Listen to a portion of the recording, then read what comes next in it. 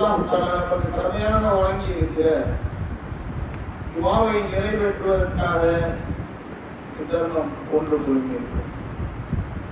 தருணம் இவ்விடம் சொல்லப்படக்கூடிய இறை போதனைகளை அறிவுரைகளை சொல்லக்கூடிய எனக்கும் கேட்கக்கூடிய உங்களுக்கும் அதன்பால் வாழ்ந்து மரணிக்கக்கூடிய பாக்கியத்தை எல்லாம் அல்லாஹ் தஆலா தந்தருவானாக என வேண்டி பிரார்த்தித்தவனாக இந்த ஜும்மாவின் முதல் உரையை ஆரம்பம் செய்தோம்.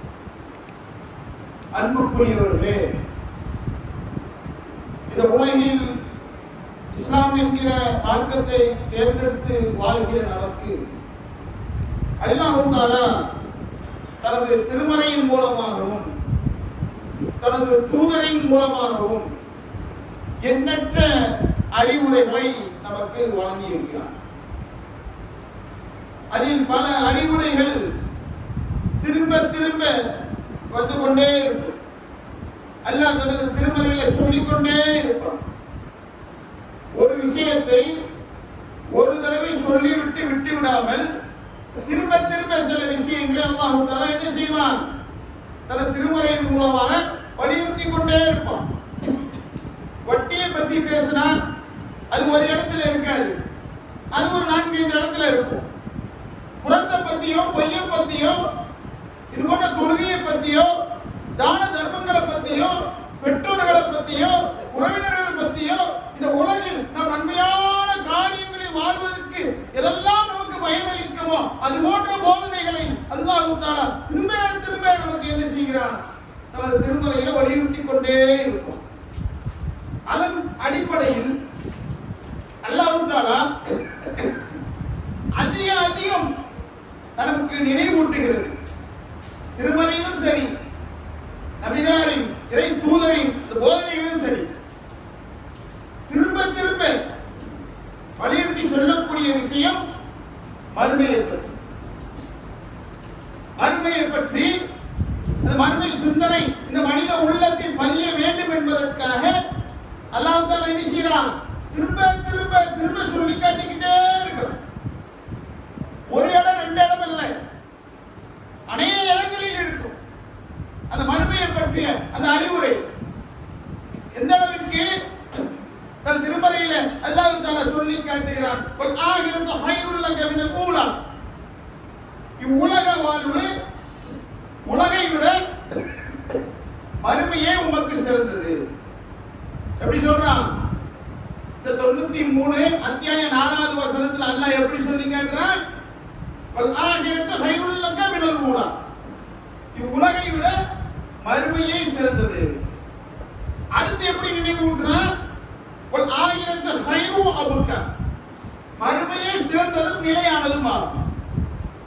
ஃபர்ஸ்ட் எப்படி சொல்றான், இவ்வுலகை விட மறுமையே சிறந்தது. அடுத்து எப்படி ஞாபகப்படுத்துறான், நினைவூட்டுகிறான், மறுமையே சிறந்ததும் நிலையானதும் ஆகும். இன்னும் அடுத்தடுத்த நிறைய வசனங்கள் எப்படி சொல்லி காட்டிய அநேகமும் அன்னமல் ஹயாத்த துன்யா. அறிந்து கொள்ளுங்கள் இவ்வுலக வாழ்வு என்பது.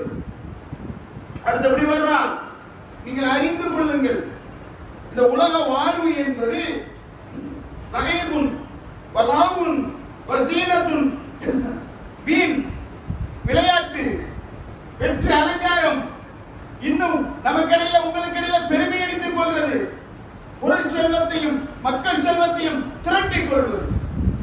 எப்படி அடுத்து அறிவுறுத்தினார், இந்த உலக வாழ்விற்கு எப்படிப்பட்டது தெரியுமா, தெரிந்து கொள்ளுங்கள், அறிந்து வைத்துக் கொள்ளுங்கள். அது எவ்வாறானது என்றால், அது வீண் விளையாட்டு, வெற்று அலங்காரம், கவர்ச்சி, உங்களுக்கிடையே பெருமை அளிப்பது, மக்கள் செல்வத்தையும் பொருள் செல்வத்தையும் திரட்டிக் கொள்வது. சொல்லிட்டு அடுத்து உதாரணத்தை சொல்லணும். இந்த உலகிற்கு ஒரு உதாரணத்தை சொல்லி காட்டணும். என்ன உதாரணம், இவ்வுலகின் நிலை மலையை போன்றது. மழை தண்ணீர் மழை பெய்யுதுல, மலையை போன்றது.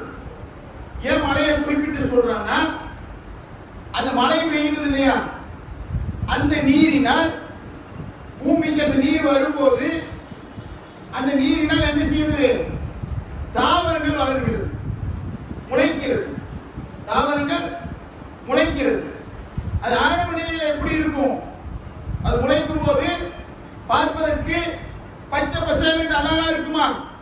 கவர்ச்சியா இருக்குமா? மிக அழகாக அல்லாஹ் காட்டியிருப்பானா? தண்ணீர் மழை பெய்யும், அந்த மழையினால் என்ன செய்யும்? தாவரம் முளைக்கும். அது முளைக்கும் போது, முளைத்து வரும்போது அதனுடைய ஆரம்ப நிலையை பார்த்தால் எப்படி இருக்கும்? பார்ப்பதற்கு பச்சை பசேல் என்று அழகாக காட்சி இருக்கும்.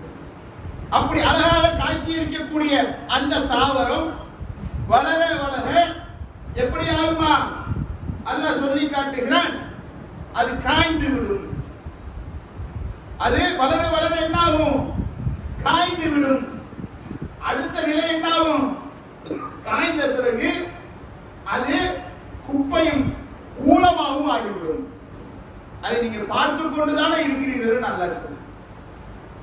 எப்படி ஊமையை பாருங்க.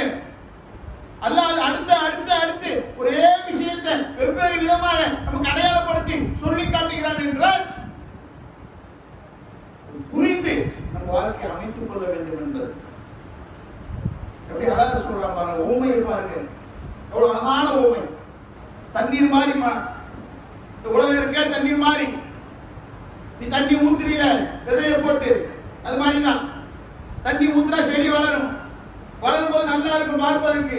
அது வளர வளர அடுத்து என்ன ஆகும்? பெரிய வளர்ச்சியை கண்டவுடன் அடுத்து காய ஆரம்பிக்கும், கருக ஆரம்பிக்கும், அடுத்து கூலமா போயிடும். பார்க்கிறோமா இல்லையா? பார்க்கிறீங்களா இல்லையா அப்படின்னு சொல்லுவோம். அடுத்து இன்னொன்று சொல்றான். அடுத்த வசனத்துல இந்த உலகத்துக்கு ஒரு உதாரணத்தை அல்லாஹ் சொல்லிக்கிறார். எப்படி அல்லாஹ் சொல்றான்? வல் மிஸ்லஹு மஸலுல் ஹயாத்தத் துன்யா. இவ்வுலக வாழ்வுக்கான உதாரணத்தை அவர்களிடம் கூறுகிறார்கள். தூதர்கள் சொல்றாங்க, இந்த உலக வாழ்வுக்கான உதாரணத்தை அவர்களிடம் கூறுகிறார்கள்.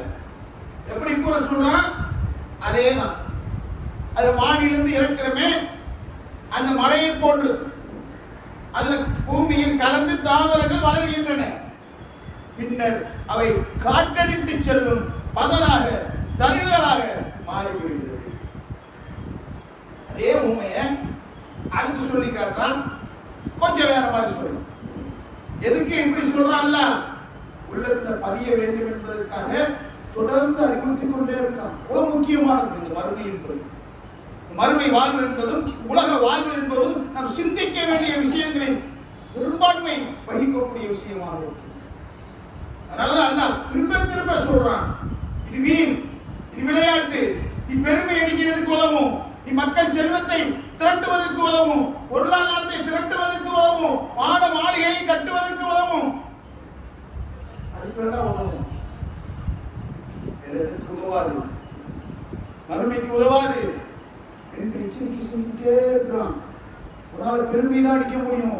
நான் இவ்வளவு வீடு வச்சிருக்கேன், இவ்வளவு கார் வச்சிருக்கிறேன், இவ்வளவு செல்வத்தை திரட்டி வச்சிருக்கிறேன், இத்தனை அக்கௌண்ட் வச்சிருக்கிறேன், அதுல இவ்வளவு நகையை வச்சிருக்கிறேன், அதுல இவ்வளவு பொருளாதாரத்தை சேர்த்து வச்சிருக்கிறேன், எத்தனைக்கு இத்தனை சொத்துக்கள் இருக்கு, அதுக்குத்தான் உனக்கு இந்த உலகம் உபயோகப்படும். தவிர்த்து எந்த பிரயோஜனமும் இல்லை. அதை வேணா நீ செய்து கொள்ளலாம், பெருமை அடித்துக் கொள்ளலாம், குழந்தைகளை பெற்றுக் கொள்ளலாம், பெருக்கிக் கொள்ளலாம், பொருளாதாரத்தை திரட்டிக் கொள்ளலாம். தவிர்த்து மனிதனே உலகில் முன்னால் எதையும் சாதிக்க முடியாது என்றால் நாம் எச்சரிக்கை செய்து கொண்டே. தூதர் எப்படி எச்சரிக்கை செய்யறாங்க? உலகத்தை பத்தி அவங்க சொல்றத பாருங்க. இந்த ஆட்காட்டி விரல் இருக்கா இல்லையா? நபிகள் நாயகம் ஸல்லல்லாஹு அலைஹி வஸல்லம் அவர்களுடைய உண்மை. இந்த ஆட்காட்டி விரல கடல்ல விடுங்க, கடல்ல உள்ள விட்டு எடுங்க. மூழ்கி எடுத்தவுடன் பாருங்க, அதுல தண்ணி இருந்தா அதை விட குறைந்த அளவு தான் உலகம். எப்படி எப்படி நம்ம பார்க்கிறோம் இந்த உலகத்தை? ஆட்காட்டி வரல கடல்ல, கடல் தண்ணி மிக பிரம்மாண்டமானது கடல். அந்த நீர்ல நீங்க ஆட்காட்டி வரல அப்படியே உள்ள விடுங்க. இந்த நீரில் உள்ள மூழ்கி அந்த விரல எடுங்க, எடுத்துட்டு விரல பாருங்க, அதுல தண்ணி ஒட்டி இருந்தால் அதை விட குறைவானதுதான் உலகம். ஆக்சுவலி தண்ணிலாம் ஒட்டாது. நீங்க எடுத்த தண்ணி ஒட்டாது, ஈரமா இருக்கலாம், ஒட்டாது, சூட அப்படி இருக்காது. அதை விட என்னது குறைவானது இந்த உலக வாழ்வு என்று அல்லாஹ்வுடைய தூதர் சொல்லி காட்டுறாங்க. மேலும் ஒரு உண்மை அல்லாஹ்வுடைய தூதர் சொல்லி காட்டுகிறார்கள்.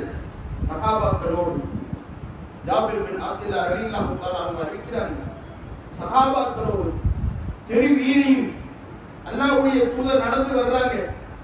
மதீனாவை ஒட்டியுள்ள ஆலியா என்கிற பகுதியில் நடந்து வரும்போது குறைபாடுள்ள ஒரு ஆடு, காது சிறுத்த குறைபாடுள்ள ஒரு ஆடு செத்து கிடக்கு, இறந்து கிடக்கிறது. அதை பார்த்து தன் தோழர்களிடம் அல்லாஹ்வுடைய தூதர் சொல்லி காட்டுறாங்க, கேட்கிறாங்க, தோழர்களே இந்த ஆட்டை செத்து கிடக்க, இந்த ஆட்டை யாராவது பொருளாதாரம் கொடுத்து அங்க வெள்ளி நாணயங்கள் கொடுத்து யாராவது வாங்கிக்கிறீங்களா கேட்கிறாங்க. எது குறைபாடு உள்ள ஆட்கள். அப்ப அந்த சஹாபாக்கு சொல்றாங்க, யாரு சொல்லலாம், உயிரோடு இருக்கும் பொழுது விலை கம்மியாக தான் போகும், பிரயோஜனம் இல்லை. ஏன்னா குறைபாடோட இருக்கு, நம்மள வாங்க மாட்டோம்ல. உயிரோட ஒரு ஆடு இருக்கு, ஒரு பொருள், ஒரு ஏதோ ஒரு உயிரோட உள்ள ஒரு கோழி, ஒரு ஆடு ஏதோ வாங்க போறோம், வளர்க்கறதுக்காக வாங்க போறோம். அது வாங்கும் போது குறைபாடா இருந்தா வாங்குவோமா? வாங்க மாட்டோம். அப்ப அந்த சஹாபாக்கள் அது அடையாளப்படுத்தி சொல்லி காட்டுறாங்க அல்லாஹ்வுடைய தூதர். யாரு சொல்லலாம், இது உயிரோடு இருந்தாலும் குறைபாடு உள்ள ஆடு, இதே போவது கஷ்டம், செத்து போயிட்டு எதற்கு உதவாத யாரு சொல்லலாம். எப்படி நாங்கள் வாங்குவது பொருளாதாரத்தை கொடுத்து என்று கேட்கும் போது அல்லாஹ்வுடைய தூதர் சொல்லி காட்டுகிறார்கள், அல்லாஹ்வின் மீது ஆணையாக இது உயிரோடு இருந்தாலும் இது குறைந்ததான். இதெல்லாம் அடையாளப்படுத்தி காட்டி அல்லாஹ்வின் மீது ஆணையாக அல்லாஹ் சொல்லி காட்டுகிறான். செத்த ஆடு எப்படி உங்களுக்கு உதவாதோ அதை விட உலகம் வாழ்வதற்கு பூமிகளை பார்த்தீங்களா? உலகத்தில் எப்படியாவது வாழ்ந்து விட வேண்டும் என்று தானே உறவை வளர்க்கிறோம். பெற்றோர்களை பார்க்கிறது இல்லை, உடன்பிறந்த சகோதரர்களை பார்க்கிறது இல்லை, ஏழை எளிய மக்களை பார்க்கிறது இல்லை, தான தர்மங்கள் இல்லை, எதுவுமே இல்லை. அரக்கர்களாக, நயவஞ்சகர்களாக, குர்ஆனுக்கும் ஹதீஸுக்கும் முரண்பட்டவர்களாக ஏன் மாறி போயிருக்கிறோம்? என் வாழ்க்கை தரம் அப்படி இருக்கு. சிந்திச்சு பாருங்க, எப்படி இருக்கிறோம்?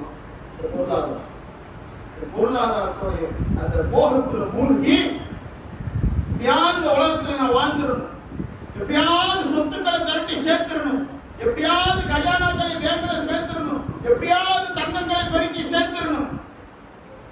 இதன் மூலமா பின்னாடி போய் பெற்றோர்களை பார்க்கறது இல்லை, உறவுகளை பார்க்கறது இல்லை, சொந்த பந்தங்களை பார்க்கிறது இல்லை, அனாதைகளை பார்க்கிறது இல்லை. அருமைக்காரர்களாக மாறிக்கொண்டிருக்கும். எதன் பின்னால் போய், இந்த மீன் விளையாட்டின் பின்னால் போய், இந்த வெற்று அலங்காரத்தின் பின்னால் போய், இந்த குப்பையின் பின்னால் போய், இந்த செத்த ஆட்டின் பின்னால் போய், ஒன்றுக்கு உதவாத நாற்காட்டிகள் மூழ்கின்ற தண்ணீரே இல்லையே, அதுக்கு கூட உதவாத இந்த உலகம் சொல்றாங்க. இந்த உலகத்தின் பின்னால் நான் சொல்றேன், சிந்திக்கிறது பெரும்பாலும் பணம் பணம் பணம் பணம், பொருளாதாரம் பொருளாதாரம் பொருளாதாரம் போயிட்டே இருக்கு. ஒவ்வொரு நாளும் அப்படியே கம்ப்யூட்டர்ல எப்படி லேப்டாப்ல சிப் ஏற்ற மாதிரி அன்றாடம் நம் வாழ்க்கை அமைத்துக் கொண்டிருக்கிறோம். அல்லாஹ்வை மறந்து, தூதரை மறந்து, வழிபாடுகளை மறந்து, மறுமையை மறந்து, மறுமையை நடக்கக்கூடிய நிகழ்வுகளை மறந்து, அதுதானே நிரந்தரமான வாழ்க்கை, அதனால நம்ம வாழ போறோம் என்பதை மறந்து நம் வாழ்க்கை அமைத்து என்ன செஞ்சிருக்கிறோம்? நினைத்துக் கொண்டிருக்கிறோம். அப்படியே அல்லாஹ்வுடைய தூதர் வாழ்க்கைக்கு போகலை, நம்ம வாழ்ந்திருந்த அந்த சஹாபாக்களுடைய வாழ்க்கைக்கு போகலை. எதுக்கு அந்த வரலாறு? எதுக்கு அந்த வரலாறுகள்? அல்லாஹ் சொல்றான வேதத்துல நினைவு கூறுங்கள், நினைவு கூறுங்கள். எதற்காக?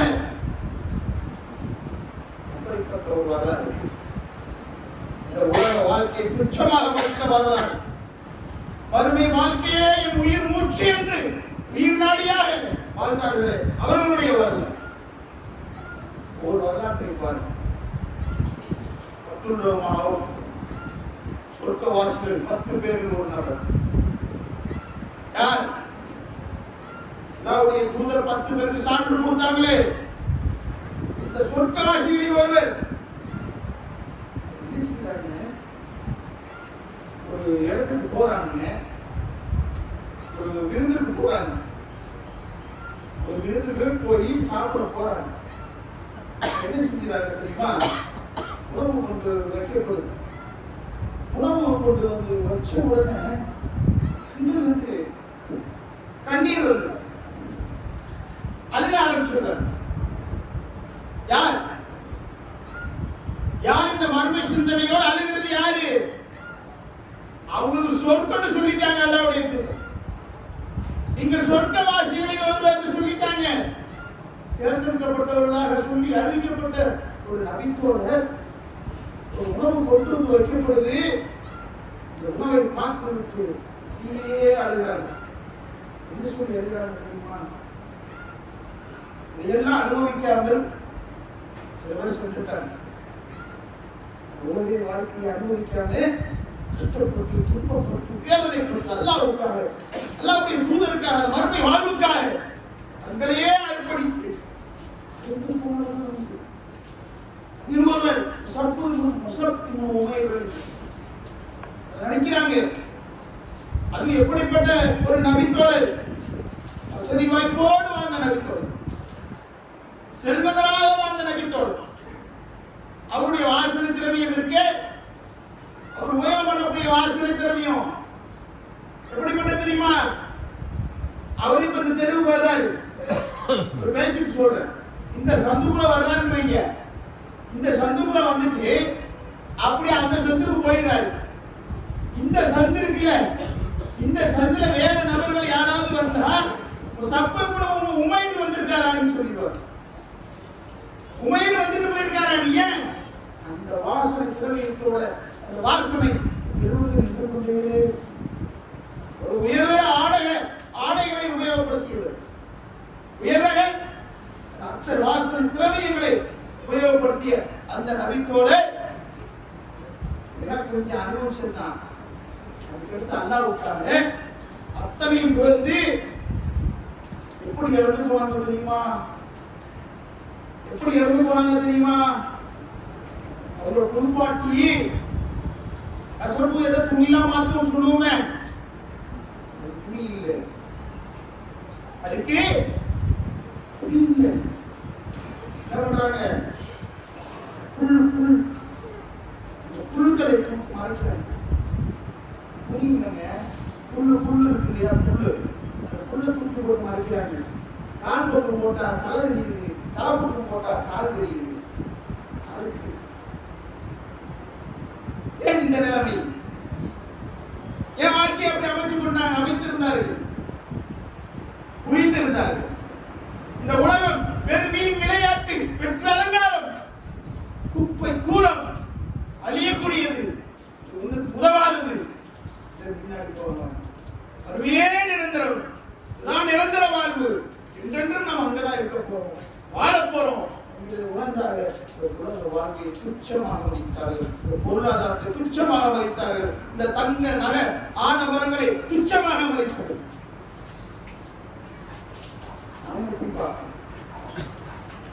ஒன்று வரலாறு சொல்லிக்கிட்டே போகலாம்.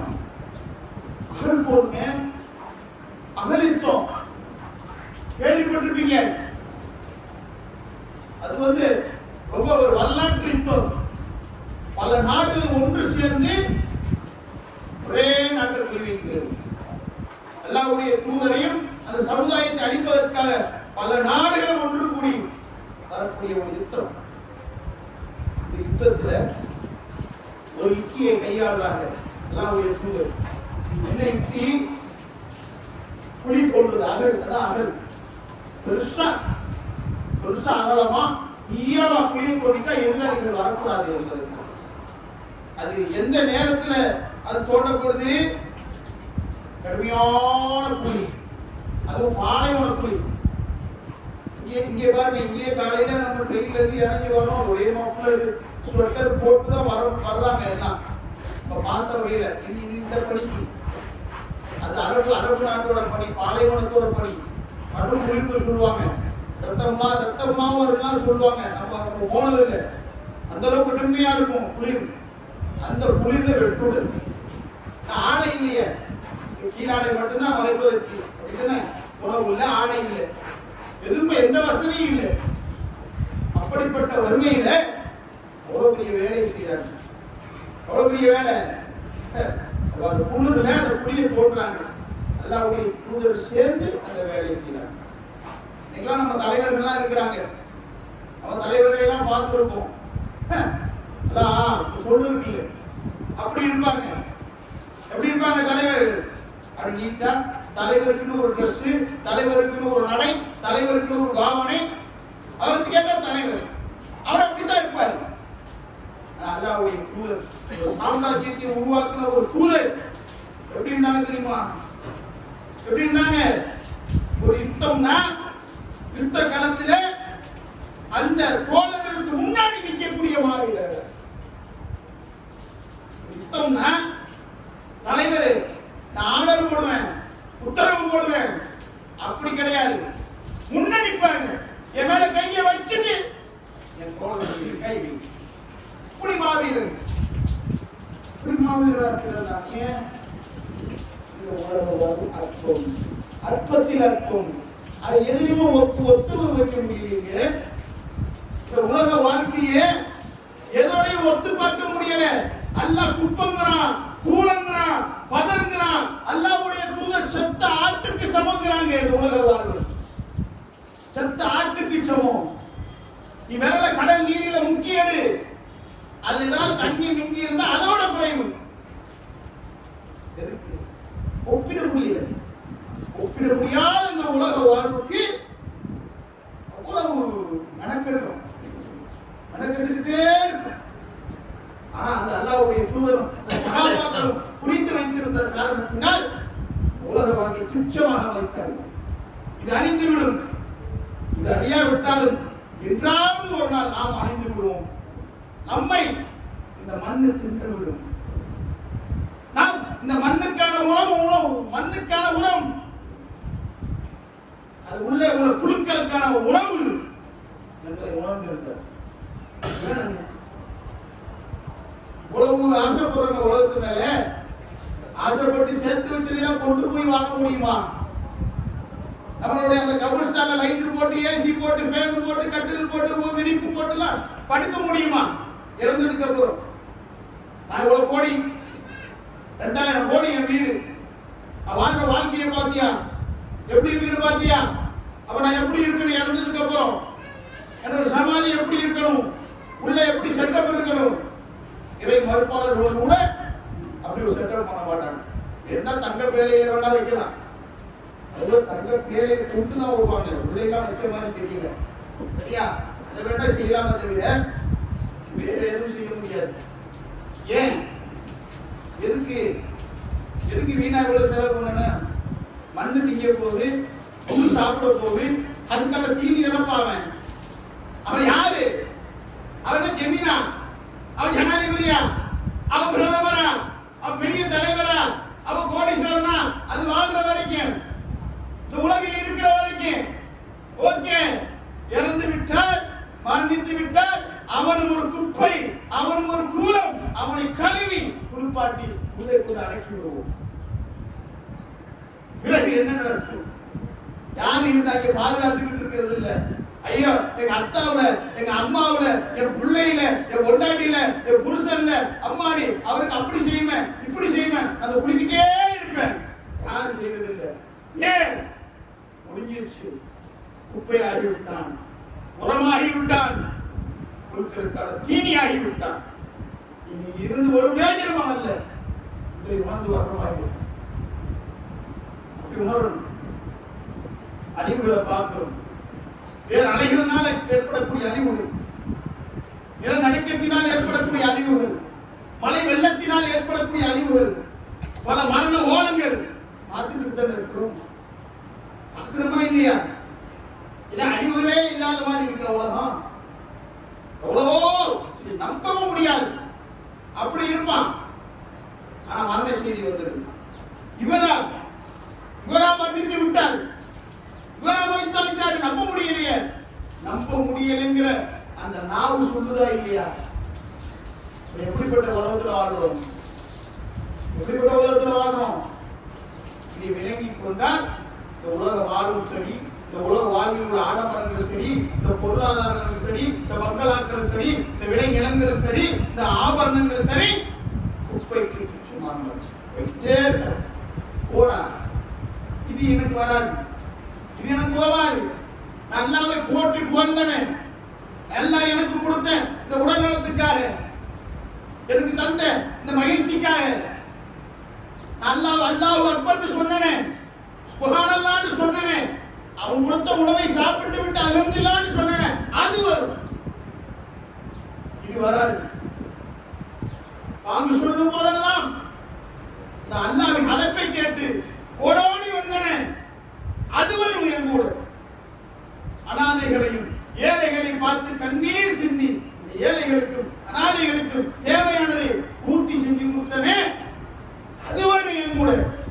இந்த மாடுகள் வராது. என் பெற்றோர்களை கவனித்து அல்லாஹ் சொல்லி இருக்கிறார், அல்லாஹ்வுடைய தூதர் சொல்லி இருக்காங்க, பெற்றோர்கள் விஷயத்தில் இப்படி நட என்று. அப்படி நான் பெற்றோர்கள் விஷயத்தில் நடந்தனே, அதுவரை என் கூட. இந்த மாளிகைகளும் இந்த தங்க வைர ஆபரணங்களும் இந்த விலை நிலங்களும் என் கூட வராது. புரிந்து கொள்ளுங்கள் அன்பு சமுதாயம், ஏதோ பயானுக்காக சொல்வதற்காக அல்ல, நிதர்சன உண்மை. பார்த்துக் கொண்டே இருக்கிறோம். நிச்சயமாக இந்த உலகம் என்றாவது ஒரு நாள் அழியத்தான் போகிறது. அது இன்னைக்கோ நாளைக்கோ பல வருடங்களுக்கு பிறகோ அது நமக்கு தெரியாது. அது இறைவன் கையில் வைத்திருக்கிறார்.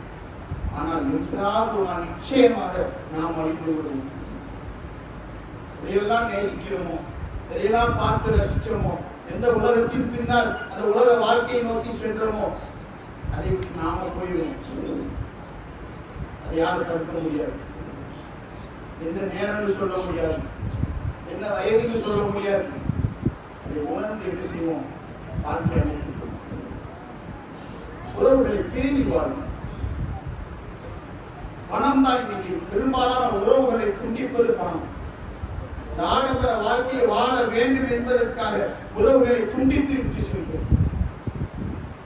நல்ல வாழ்க்கை, நேசத்தோடு வாழ்வோம், அன்போடு வாழ்வோம், கருணையோடு வாழ்வோம், நீளமாக வாழ்வோம். நீங்க வாழ்ந்து பாருங்க, அல்லாஹ்வுடைய உதவியை இந்த உலகில் எப்படி பெற்றுக் கொள்ளலாம் என்பதை நாம் அனுபவபூர்வமாக உணர்ந்து கொள்ளலாம். நமக்கு கேட்கிறது நினைக்கிறதே அல்லாஹ் தரத்தாலும் மன அமைதியும் நிம்மதியும் தருவோம். அல்லாஹ்வின் மூலமாகத்தான் இந்த உலக வாழ்க்கையை அமைத்துக் கொள்ள வேண்டும் தவிர அதை தாண்டி உலகம்தான் எனக்கு என்று குலம் என்றால் மறுமை வாழ்வு நாசம் ஆகிவிடும் என்பதை உணர்ந்து அந்த வரலாறுகளை படிப்போம். ஏன் இந்த அல்லாஹ்வுடைய தூதர் உருவாக்கிய சமுதாயங்களை எல்லாம் பற்றி பேசிக்கிட்டே இருக்கோம், சஹாபாக்களை எல்லாம் பற்றி பேசிக்கிட்டே இருக்கோம். ரலியல்லாஹு தஆலா அன்ஹு சொல்றாங்க, அல்லாஹ்வுடைய தூதர் இப்படி சொல்லுங்க. உங்களை சஹாபாக்கள் பேரை சொல்லும் போது ரலியல்லாஹு தஆலா அன்ஹு அப்படின்னா என்ன? அல்லாஹ்வை அவர்கள் பொருந்திக் கொண்டார்கள், அல்லாஹ் அவர்களை பொருந்திக் கொண்டார். இதை சொல்லுங்க, சொல்றாங்க. அப்படிப்பட்ட வார்த்தை எப்படி இருந்திருப்பாங்க? இந்த உலக வாழ்க்கையோட இந்த மறுமை சிந்தனை எப்படி இருந்திருக்கவங்க சொல்றாங்க. அவங்க அல்லாஹ்வை பொருந்திக் கொண்டார்கள், அல்லாஹ் அவர்களை பொருந்திக் கொண்டாங்க.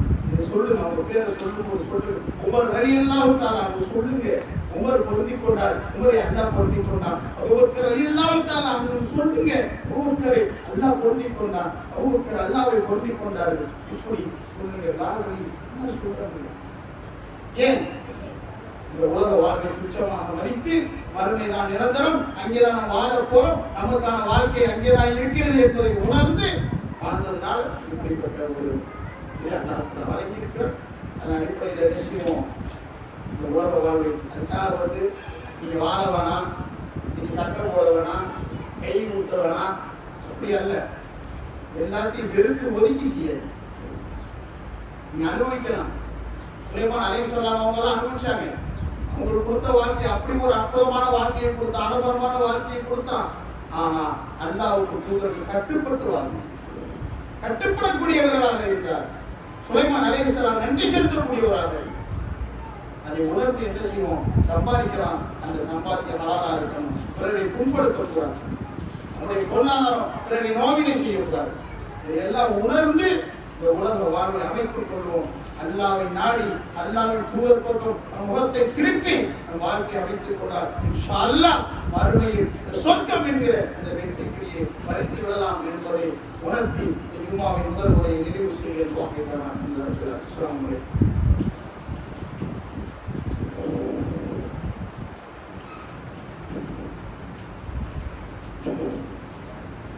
அன்புக்குரியவர்களே, இன்ஷா அல்லாஹ் அடுத்த வாரம் ஜும்மா வசூல், இந்த வாரம் இல்லை, அடுத்த வாரத்தினுடைய ஜும்மா வசூல் சென்னை அருகாமையில் உள்ள பாலவாக்கம் பள்ளிக்காக வழங்கப்பட இருக்கிறது. பாலவாக்கத்தில் இருக்கிற இறை இல்லத்திற்காக வழங்கப்பட இருக்கிறது. இன்ஷா அல்லாஹ் அடுத்த வாரம் ஜும்மாவுக்கு வரும்போது உங்களுடைய பொருளாதாரத்தை அல்லாஹ்வுடைய ஆலயத்துக்காக அதிகமாக கொண்டு வாங்க. உங்களால் முடிஞ்சதை கொண்டு வாங்க. எவ்வளவுதான் போடணும்னு இல்லை, நம்ம சக்திக்கு உட்பட்டு ஆனா முயற்சி செய்து அல்லாஹ்வுடைய ஆலயத்துக்காக அதனுடைய நன்மையை நம்ம சொல்ல தேவையில்லை. அதுல என்னென்ன நன்மைகள்லாம் நடக்குது என்பதையும் நாமளும் அறிந்துதான் வர்றோம். எத்தனையோ நன்மைகள் அந்த மார்க்கத்தில் அந்த பள்ளியில நடந்து கொண்டிருக்கிறது. அல்லாஹ் இணைவைப்பு இல்லை, மௌலிது போன்ற இணைவைப்பான காரியங்கள் ஓதப்பட்டது இல்லை. அல்லாஹ்வும் தூதரும் கோபத்துக்கு ஆளாகக்கூடிய அளவுக்கான காரியங்கள்லாம் அந்த பள்ளிகளில் நடக்கிறது இல்லை. அல்லாஹ்வுடைய தூதரும் எதை வழிமுறையாக காட்டி தந்தார்களோ அதை மட்டும் செய்து நன்மையை சம்பாதிக்கக்கூடிய ஆலயங்களாக உருவாக்கி கொண்டிருக்கிறது. அந்த ஆலயங்களுக்காக என்ன செய்ய தாராளமாக உதவி செய்யும். அல்லாஹ் இன்மையும் நன்மையும் நம்ம பாவங்களை மன்னித்து உதவி செய்து அருள் புரிந்து அந்த மறுமை வாழ்வில் வெற்றி தருவார் என்று கூறி ஜும்மாவின் உரையை நிறைவு செய்கிற வாக்குத்தான் அமைகிறார். அஸ்ஸலாமு அலைக்கும் வரஹ்மத்துல்லாஹி வபரகாத்துஹு.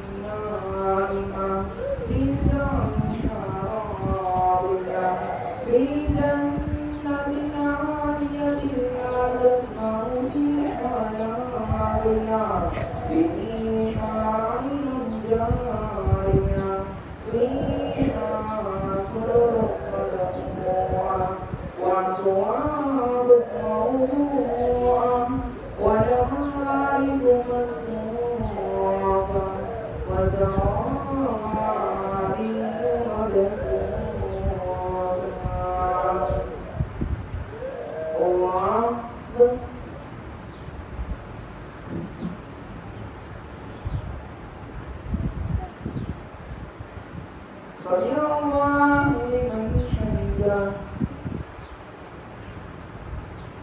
الله أكبر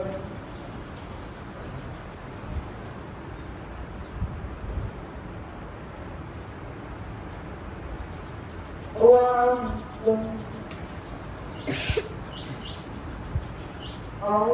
أكبر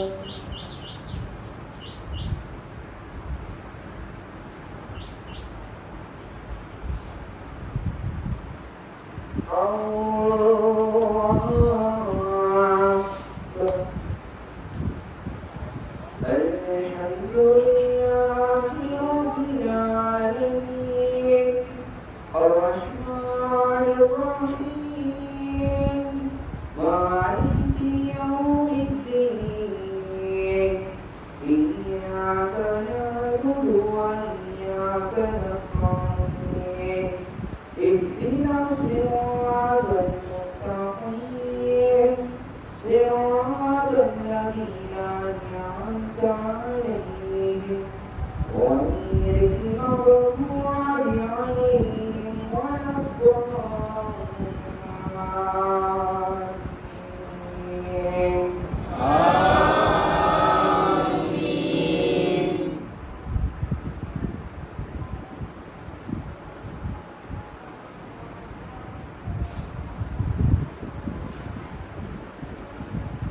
أفلا ينظرون إلى الإبل كيف خلقت وإلى السماء كيف رفعت وإلى الجبال كيف نصبت وإلى الأرض كيف سطحت فذكر إنما تذكر لست عليهم بمسيطر إلا تولى وكفر فيعذبه الله العذاب الأكبر إن إلينا إيابهم ثم إن علينا حسابهم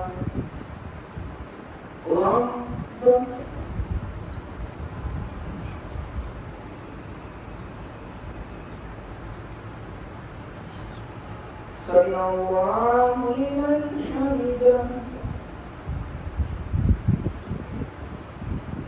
الله أكبر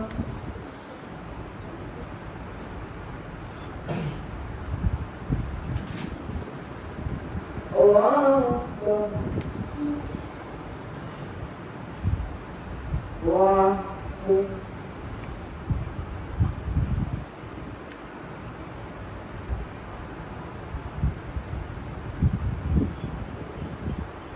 الله أكبر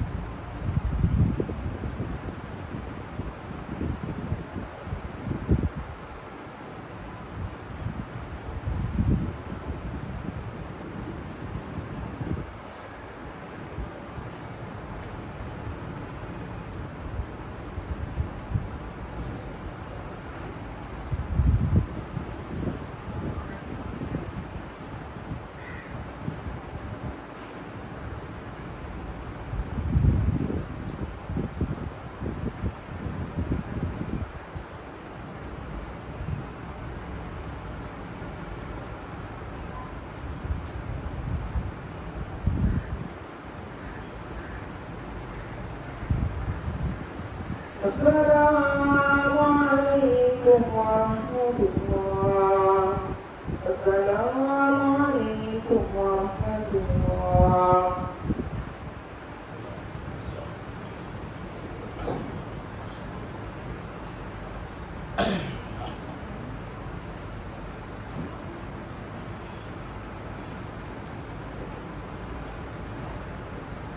அஸ்ஸலாமு அலைக்கும் வரஹ்மத்துல்லாஹி வபரகாத்துஹு. அடுத்த மாத ஜும்ஆவுக்கு சென்னையில் உள்ள